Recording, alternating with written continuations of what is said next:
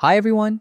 In this tutorial, I'll show you how to withdraw money from your Bitcoin wallet in Cash App to your bank account using the easiest method for 2025.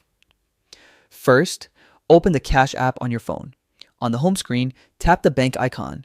This is where you'll find your Bitcoin options. Next, select the Bitcoin section. Here, you can see your Bitcoin balance along with options to deposit or withdraw. For this tutorial, we'll focus on withdrawal.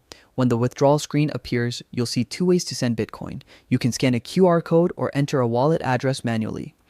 For accuracy, we'll use the manual entry method. Now, type in the Bitcoin wallet address of an external platform such as Binance or PayPal.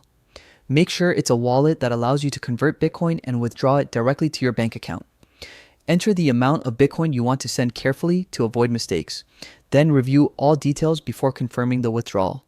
Once you confirm, Cash App will transfer the Bitcoin to your chosen external wallet.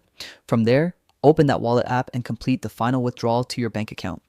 And that's it. Your Bitcoin from Cash App is now on its way to your bank. Thanks for watching, and be sure to follow for more quick cryptocurrency tutorials.